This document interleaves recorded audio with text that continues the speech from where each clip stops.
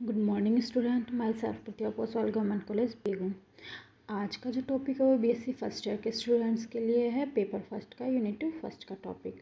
बच्चों, इससे पहले हमने पढ़े थे transformation equation of rotating frame, घूर्णी निर्देश तंत्र के लिए स्थानांतरण समीकरण। आज हम पढ़ेंगे centrifugal force and Coriolis force. अब केंद्रीय बल और कॉरियोलिस फोर्स के बारे में पढ़ेंगे।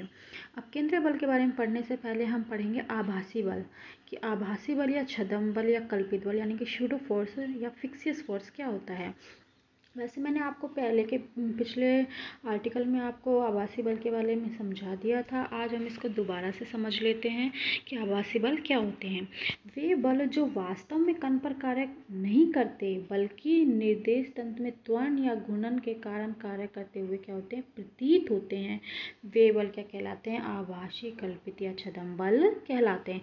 यानी कि वे बल जो वास्तव में लगते नहीं है लेकिन किसी भी निर्देश तंत्र के घूर्णन के कारण या उसमें होने वाले त्वरण में परिवर्तन के कारण यानी वेग में परिवर्तन के कारण जो एक्सीलरेशन होता है उसकी वजह से वो उसमें क्या करते हैं, लगते हुए प्रतीत होते हैं, रियल में नहीं लगते हैं। तो वास्तव में जो बल होते हैं वो तो एक कण से दूसरे कण पर बल लगता है, लेकिन ये जो आभासी बल होता है ये सिर्फ केवल लगता हुआ प्रतीत होता है घूर्णन के कारण या त्वरण के कारण। तो इस प्रकार के बल को क्या बोलते हैं, आभासी बल या छद्म बल कहते हैं।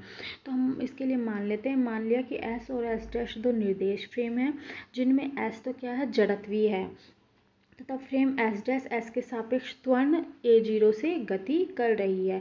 जड़त्व निर्देश फ्रेम है यानी कि वो जड़त्व के नियमों का पालन करेगी। और जड़त्व के नियम क्या कहते हैं, जब तक कि कोई बाह्य बल ना लगाया जाए वस्तु क्या रहती है, तो स्थिर रहेगी या एक समान रूप से गतिशील रहती है। तो यानी कि यदि कोई एस फ्रेम है मान लो, तो ये क्या रहेगी, स्थिर, और इसके सापेक्ष दूसरा अगर एस डैश फ्रेम है तो ये a0 वेग त्वरण से क्या है, गति कर रही है। तो एक कण P जिस पर बाह्य बल कार्य नहीं कर रहा हो, तो जड़त्व फ्रेम S में इसका त्वरण क्या हो जाता है कि अगर बाह्य बल कार्य नहीं कर रहा है तो जड़त्व के अनुसार F is equal to m a, यानी कि m a is equal to 0, यानी कि A इज इक्वल टू 0, यानी कि त्वरण उसका क्या रहेगा, शून्य। तो यानी कि P जिस पर बाह्य बल कार्य नहीं कर रहा है तो जड़त्व फ्रेम S में उसका त्वरण क्या रहेगा, शून्य रहेगा।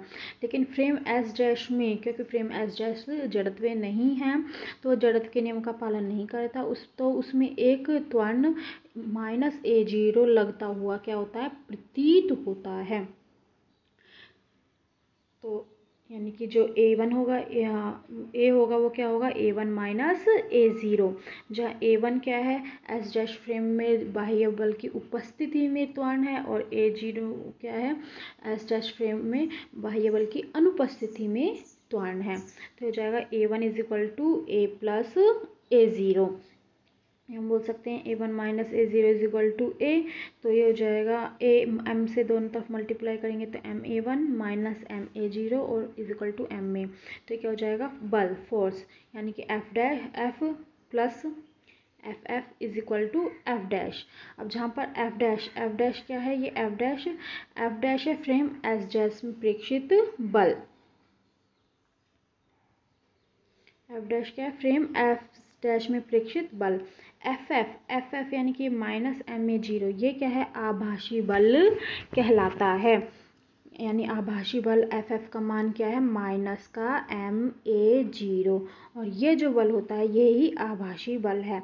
ma1 क्या है, फ्रेम S में प्रेक्षित बल है, ma एस डैश में बल है, फोर्स बल की उपस्थिति में, और माइनस ma0 है, ये क्या है, आभासी बल है, जबकि बाह्य बल आरोपित नहीं होता। तो ये बल लगता हुआ उसमें क्या होता है, प्रतीत होता है।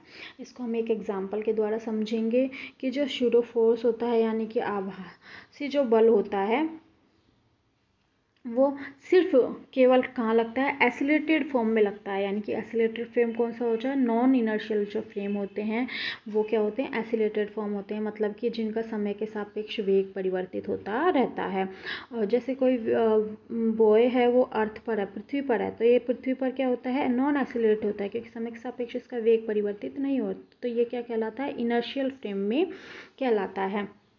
लेकिन एक लिफ्ट है, लिफ्ट क्या होती है, समय के साथ तो इसका वेग परिवर्तित होता रहता है, तो इसका त्वरण भी क्या होता रहता है, चेंज होता रहता है। तो एक लिफ्ट है वो एक एसिलेटेड फ्रेम होती है, इसलिए इसको बोलते हैं नॉन इनर्शियल फ्रेम। तो नॉन इनर्शियल फ्रेम में ही स्यूडो फोर्स कार्य करता है, यानी कि आभासी बल कार्य करता है। तो इस बॉक्स पर एक ये त्वरण A0 ऊपर है, तो एक त्वरण -A0 नीचे की ओर कार्य करता है, जो कि क्या लगता है, आभासी बल कहलाता, आभासी त्वरण कहलाता है। और -MA0 क्या होता है, आभासी बल होता है। तो ये था आभासी बल। अब एक नोट देख लीजिए कि वह बल जो एक कण दूसरे कण पर आरोपित करता है वो क्या होता है, वास्तविक बल कहलाता है। मैंने पहले भी बताया था, यदि एक कण दूसरे कण पर बल लगाता है तो वो क्या होता है, वास्तविक बल होता है, यानी कि रियल फोर्स होता है। जैसे कि गुरुत्वीय बल, ग्रेविटेशनल फोर्स, विद्युत बल, चुंबकीय बल, न्यूक्लियर बल, ये सब क्या है, वास्तविक बल है, यानी कि ये वास्तव में कार्य करते हैं, लगते हैं। और आभासी बल क्या होता है, आभासी बल केवल निर्देश फ्रेम के घूर्णन या त्वरण के कारण प्रभावी होते हैं, यानी कि निर्देश फ्रेम जब घूमता है या उस पर जो त्वरण होता है उसके कारण ही आभासी बल कार्य करते हैं, यानी कि कार्य करते हुए प्रतीत होते हैं। इसका जो एग्जाम्पल है वो है अपकेंद्रीय बल, यानी सेंट्रीफ्यूगल फोर्स। यानी सेंट्रीफ्यूगल फोर्स एक प्रकार का आभासी बल होता है। तो अब हम पढ़ेंगे सेंट्रीफ्यूगल फोर्स क्या होता है, यानी कि अपकेंद्रीय बल क्या होते हैं। तो हम अपकेंद्रीय बल के लिए मान लेंगे कि मान लिया स्मॉल m द्रव्यमान का एक कण है जो किसी जड़त्वीय निर्देश फ्रेम में विराम अवस्था में। अब अगर कण विराम अवस्था में होगा तो उस पर लगने वाला जो त्वरण A होगा वो क्या होगा, 0 होगा। तो अगर कोई कण विराम अवस्था में तो उस पर कण का त्वरण क्या है, 0। एक अजड़त्वीय फ्रेम में, इस जड़त्वीय फ्रेम के सापेक्ष स्थिर अक्ष के चारों ओर एक समान कोणीय वेग से क्या कर रहा है, ओमेगा से घूम रही है। मान लिया कि एक और जड़त्वीय फ्रेम है जो इस जड़त्वीय फ्रेम के सापेक्ष एक स्थिर अक्ष के चारों ओर एक समान कोणीय वेग ओमेगा से घूम रही है। तो इस जड़त्वीय फ्रेम के सापेक्ष m द्रव्यमान के इस कण के लिए जो अभिकेंद्रीय त्वरण होगा, अभिकेंद्रीय त्वरण का फॉर्मूला क्या होता है, A0 = -ω²r। तो अभिकेंद्रीय त्वरण क्या होगा, -ω²। तो कण का आभासी बल क्या होता है, F0 = -m/A0। A0 की वैल्यू पुट कर देंगे तो -m माइनस का ω² माइनस माइनस प्लस। तो हमारे पास जो आभासी अपकेंद्रीय बल आएगा उसका मान क्या आएगा, F0 = mω²r। इस आभासी बल को ही क्या बोलते हैं, अपकेंद्रीय बल बोलते हैं। और इसकी दिशा हमेशा केंद्र से बाहर की ओर होती है। तो ये था आपका क्या था, अपकेंद्रीय बल। अब अपकेंद्रीय बल को एक बार और समझ लीजिए इस एग्जांपल से कि मान लो एक व्यक्ति है जो एक गोले को चारों ओर घुमा रहा है, तो यानी इस वेलोसिटी है ये इस तरह से इसके चारों ओर क्या कर रहा है, घुमा रहा है। तो इस पर जो वेलोसिटी इस तरफ, यानी कि ये फोर्स तो इस तरफ लगा रहा है, यानी कि ये तो वास्तविक फोर्स तो इस तरफ लगा रहा है। लेकिन इस बॉल पर एक फोर्स बाहर की ओर लगता है और एक अंदर की ओर अभिकेंद्रीय बल जो उसको केंद्र की ओर खींचने का प्रयास करता है, और एक फोर्स बाहर की ओर लगता है जो होता है अपकेंद्रीय बल, यानी सेंट्रीफ्यूगल फोर्स जो बाहर की ओर करने का प्रयास करता है। ये जो सेंट्रीफ्यूगल फोर्स और सेंट्रीपिटल फोर्स हैं ये क्या होते हैं, आभासी बल कहलाते हैं, क्योंकि ये लगते नहीं हैं, हम इन पर कोई बल बाहर से लगा नहीं रहे हैं, ये लगते हुए क्या होते हैं, प्रतीत होते हैं। तो इसलिए ये फोर्स क्या होते हैं, आभासी बल कहलाते हैं।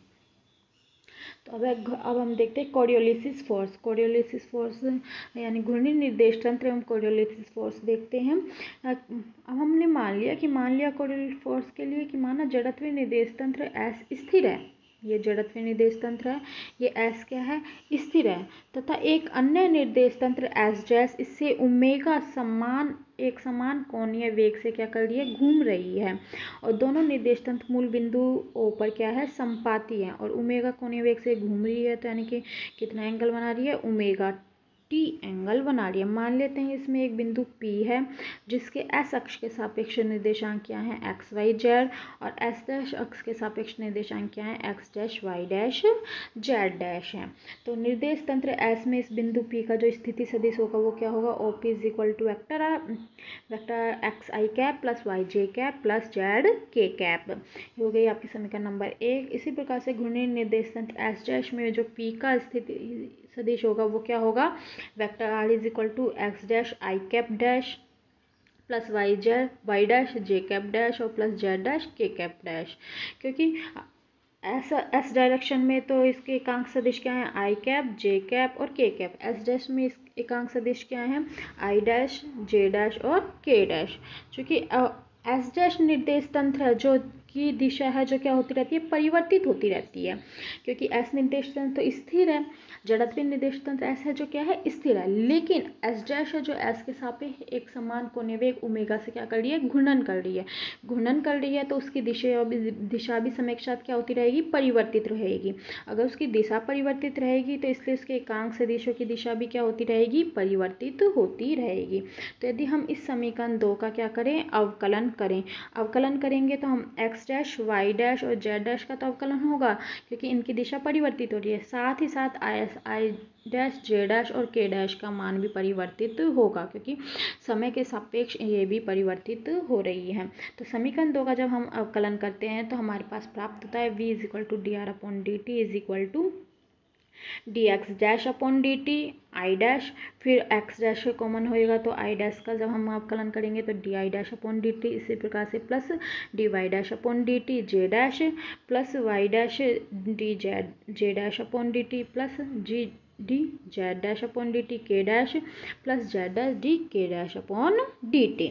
तो ये अवकलन का मान होगा। अब हम मान लेते हैं यदि एस फ्रेम के कारक d अपॉन डी टी को एस डैश फ्रेम में d dash upon D T से व्यक्त करें तो d फ्रेम इसके लिए एस फ्रेम के लिए क्या था, s equal to x i cap plus Y j cap plus z k cap. अगर इसके एस डैश फ्रेम में देखें तो यानी कि ये हो जाएगा vector r equal to x dash i dash plus y dash j dash plus Z dash के डैश। तो ये हो जाएगा D R upon D T is equal to d x dash upon D t, क्योंकि हम जड़त्वीय frame S की बात कर रहे हैं तो यहाँ पर आई डैश का मान परिवर्तित नहीं होगा, plus d y dash upon D t j dash plus d z dash upon D t k dash. यानी हमारे पास जो समीकरण प्राप्त होगी वो इस प्रकार से प्राप्त होगी। डी अपॉन डी को क्या करा है, D dash upon D T में परिवर्तित कर दिया, यानी कि क्या हो गया वी डैश, जहाँ वी डैश क्या है, घूर्णी निर्देश तंत्र एस डैश का में कण का वेग, यानी एस डैश फ्रेम में ये कण का वेग कहलाएगा। तो d x dash upon D t i dash, d y dash upon D t j dash और d z upon D t k dash की जगह हम क्या पुट कर देंगे, d dash are upon D t put करेंगे। तो यानी कि एकांक सदिश आई डैश जे डैश, अब एकांक सदिश आई डैश जे डैश और के डैश एक समान कोणीय वेग ओमेगा से क्या कर रही है, घूर्णन कर रही है, एक सम घूर्णन कर रही है ओमेगा के साथ, तो इनका क्या होगा, समय के साथ परिवर्तन भी होगा। तो यानी कि d i dash upon D t इसका मान क्या होगा, ओमेगा क्रॉस आई डैश, क्योंकि ओमेगा के साथ घूर्णन कर रही है। D z dash upon D T is equal to होगा ओमेगा क्रॉस जे डैश, और इसी प्रकार से d k dash upon D t equal to क्या होगा, ओमेगा क्रॉस के कैप। तो ये मान भी किस में पुट करेंगे हम, इस समीकरण में, समीकरण नंबर 3 में इसकी जगह तो हम क्या रखेंगे, d dash are upon D t और d i dash, d j dash और d k dash upon D t का मान हम पुट करेंगे। तो समीकरण 4 और 5 से समीकरण 3 में मान जब हम रखते हैं तो हमें प्राप्त होता है d are upon D t, हम बोल सकते हैं बराबर होता है d are upon D t equal to D dash are upon D T plus x dash d i dash upon D t की जगह omega cross i dash plus y dash d j dash upon D t की जगह omega cross j dash plus Z dash d k dash upon D t की जगह omega cross K dash. तो ये जाएगा D R upon D T is equal to D dash are upon D T plus इनमें से क्या common आ जाएगा, ओमेगा कॉमन आएगा, ओमेगा कॉमन आएगा तो omega cross X I dash plus Y J dash plus Z dash के dash, और ये क्या है वेक्टर आर। तो ये जाएगा हमारे पास d are upon D t equal to D dash are upon D T plus omega cross r, ये आपकी समीकरण नंबर 6। तो ये d are upon D t क्या हो गया, वेग, यानी कि v is equal to v dash plus, और ये क्या हो गया v0। तो यहाँ पर जो v है, v क्या है, जड़त्वीय निर्देश फ्रेम में कण का वेग है, v0 क्या है, घूर्णी निर्देश फ्रेम में कण का वेग है, जबकि बाह्य बल आरोपित नहीं हो रहा है, और v डैश क्या है, घूर्णन के कारण रैखिक वेग है। तो v है, जो जड़त्वीय निर्देश फ्रेम में कण का वेग है v0 घूर्णी निर्देश फ्रेम में कण के वेग हैं, और v डैश क्या है, घूर्णन के कारण रैखिक वेग है। अब हम समीकरण 6 को संकारक के रूप में व्यक्त करते हैं। संकारक के रूप में समीकरण 6 हमारी क्या है, dr/dt is equal to d dash r/dt plus omega cross r, यानी कि r इनमें से तीनों में से अगर हट गया तो संकारक रूप में हमारे पास क्या प्राप्त होगा, d/dt is equal to d dash upon dt plus omega. हमारे पास प्राप्त होगा d/dt is equal to d dash upon dt plus omega. तो अगर हम जड़त्वीय निर्देश फ्रेम में प्रेक्षित वेग के लिए निकालें तो यहाँ पर r की जगह क्या हो जाएगा, v वेग के लिए। तो हमारे पास जो समीकरण प्राप्त होगी वो होगी dv/dt is equal to d dash v/dt plus omega cross v। अब v बराबर क्या होता है, v होता है विस्थापन में परिवर्तन की दर, यानी कि dr/dt। तो यहाँ v की जगह क्या पुट करेंगे, dr/dt, तो हमें प्राप्त होगा d2r/dt square is equal to d dash upon dt, v की वैल्यू क्या रखेंगे, dr/dt plus omega cross v की जगह क्या रखेंगे, dr/dt। अब समीकरण नंबर 6 से dr/dt इज इक्वल टू क्या है, d dash r/dt plus omega cross r, ये मान हम इस समीकरण में क्या करेंगे, पुट करेंगे। तो हम इसमें पुट करेंगे तो dr/dt की जगह क्या रखेंगे, d dash r/dt plus omega cross r plus omega cross dr/dt की फिर वैल्यू पुट करेंगे d dash r/dt plus omega cross r। तो अब हम इसको ओपन करेंगे तो d डैश इन दोनों को मल्टीप्लाई करेंगे तो d dash 2r/dt square plus omega, फिर इस dr इसके साथ करेंगे तो d डैश r/dt, फिर प्लस ओमेगा के साथ करेंगे तो d dash omega upon dt cross r, इसी प्रकार से plus omega cross d dash r/dt और प्लस ओमेगा क्रॉस r। तो हमारे पास प्राप्त होगा d dash 2r/dt square plus एक omega cross d dash r/dt है, एक omega cross d dash r/dt है, तो कितने हो गए, 2 omega cross d dash r/dt plus omega cross r और प्लस का d dash omega upon dt cross r। हम जानते हैं कि एक समान कोणीय वेग से जो निर्देश तंत्र है वो घूर्णन कर रहा है। एक समान कोणीय वेग का मतलब है ओमेगा क्या है, कांस्टेंट है, और अगर ओमेगा कांस्टेंट है तो d dash omega upon dt यानी कांस्टेंट का जो अवकलन होता है वो क्या हो जाता है, 0 हो जाता है। यानी d dash upon omega upon dt यानी कि ये वैल्यू क्या हो जाएगी, 0 हो जाएगी। तो हमारे पास सिर्फ ये 3 वैल्यूज आएंगी। तो हमारे पास जो f का मान यानी त्वरण है, यहाँ पर स्मॉल f त्वरण को दर्शा रहा है, f इज इक्वल टू होगा f dash plus 2 omega cross v dash plus omega cross r, जहाँ पर स्मॉल f क्या है, d2r/dt स्क्वायर, जिसे क्या बोलते हैं, जड़त्वीय निर्देश तंत्र में s में कण का त्वरण। f डैश क्या है, d dash square r/dt square, ये क्या है, घूर्णन निर्देश तंत्र के सापेक्ष कण का त्वरण। 2 ओमेगा क्रॉस v डैश, ये हमारा क्या कहलाता है, कोरियोलिसिस त्वरण, जिसका मान ज्ञात करने के लिए हमने ये आर्टिकल किया है। ये है हमारा कोरियोलिसिस त्वरण। और ओमेगा क्रॉस r ये क्या है, अपकेंद्रीय त्वरण है। तो यानी कि यदि कण पर जो द्रव्यमान है वो क्या है, स्मॉल m है, तो घूर्णी फ्रेम में जो लगने वाला बल होगा वो क्या हो जाएगा, f dash equal to f dash निकालेंगे तो बाकी दोनों वैल्यूज उस तरफ जाएगी तो माइनस की हो जाएंगी, यानी लगने वाला बल f डैश इक्वल टू हो जाएगा f minus 2m omega cross v dash minus m omega cross r। यानी कि घूर्णी निर्देश फ्रेम में जो बल लगता है वो 3 बलों का योग होता है, 1 2 और ये 3, इन 3 बलों के योग के का योग होता है। तो पहला जो होता है वो क्या होता है, F जो कि क्या है, MF जो कि क्या है, जड़त्वीय निर्देश तंत्र में वास्तविक बल। ये जो बल होता है ये क्या होता है, वास्तविक बल। दूसरा जो बल है वो ये है minus m omega cross r, जो कि क्या कहलाता है, हमारा अपकेंद्रीय बल। यह गुरुत्वीय ये जो अपकेंद्रीय बल है ये गुरुत्वीय बल के मान को क्या करता है, कम करता है, नहीं उसके विपरीत दिशा में कार्य करता है। इसलिए भूमध्य रेखा पर g का मान क्या होता है, कम होता है, और इसकी दिशा जो होती है वो हमेशा बाहर की ओर होती है। और तीसरे प्रकार का ये जो बल होता है यही हमारा क्या कहलाता है, कोरियोलिसिस बल कहलाता है। यानी कोरियोलिसिस बल होता है minus 2m omega cross v dash. तो यानी आपसे कोरियोलिस बल पूछे तो उसका कोरियोलिस बल का मान क्या होता है, -2m omega cross v dash. और ये कोरियोलिस बल है, ये भी एक प्रकार का क्या है, आभासी या छदम बल होता है। जिस प्रकार से अपकेंद्रीय बल आभासी बल होता है, उसी प्रकार से कोरियोलिस बल भी आभासी यानी स्यूडो फोर्स होता है, जो निर्देश तंत्र के घूर्णन के कारण क्या होता है, उत्पन्न होता है।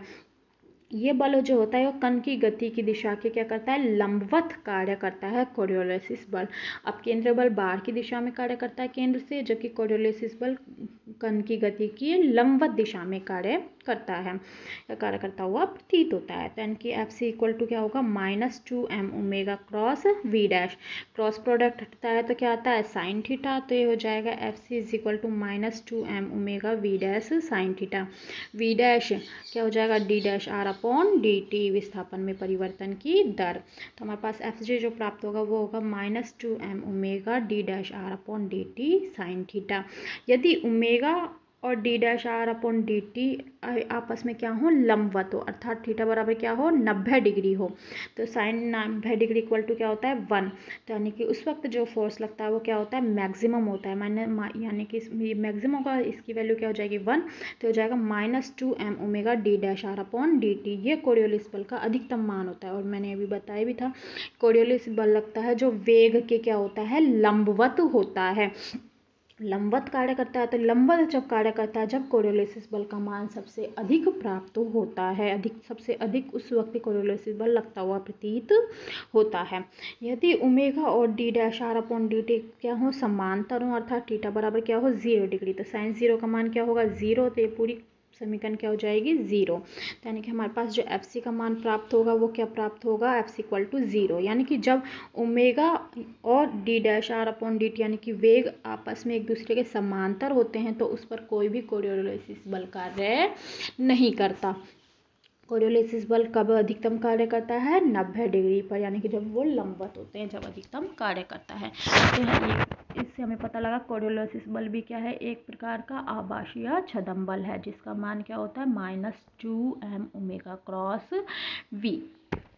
तो ये था हमारा कोरियोलिस बल। तो बच्चों आज हमने क्या क्या पढ़ा, हमने आज आभासी या छदम बल यानी स्यूडो फोर्सेस पढ़े, उसके बाद सेंट्रीफ्यूगल फोर्स यानी कि अपकेंद्रीय बल पढ़े, फिर हमने जो कोरियोलिस फोर्स है उसका समीकरण ज्ञात किया और कोरियोलिस फोर्स के बारे में पढ़े। उम्मीद करती हूँ आप लोगों को समझ में आ गया होगा। अगले पार्ट में हम कोरियोलिस फोर्स के जो प्रभाव हैं पृथ्वी पर उसको हम पढ़ेंगे। Thank you.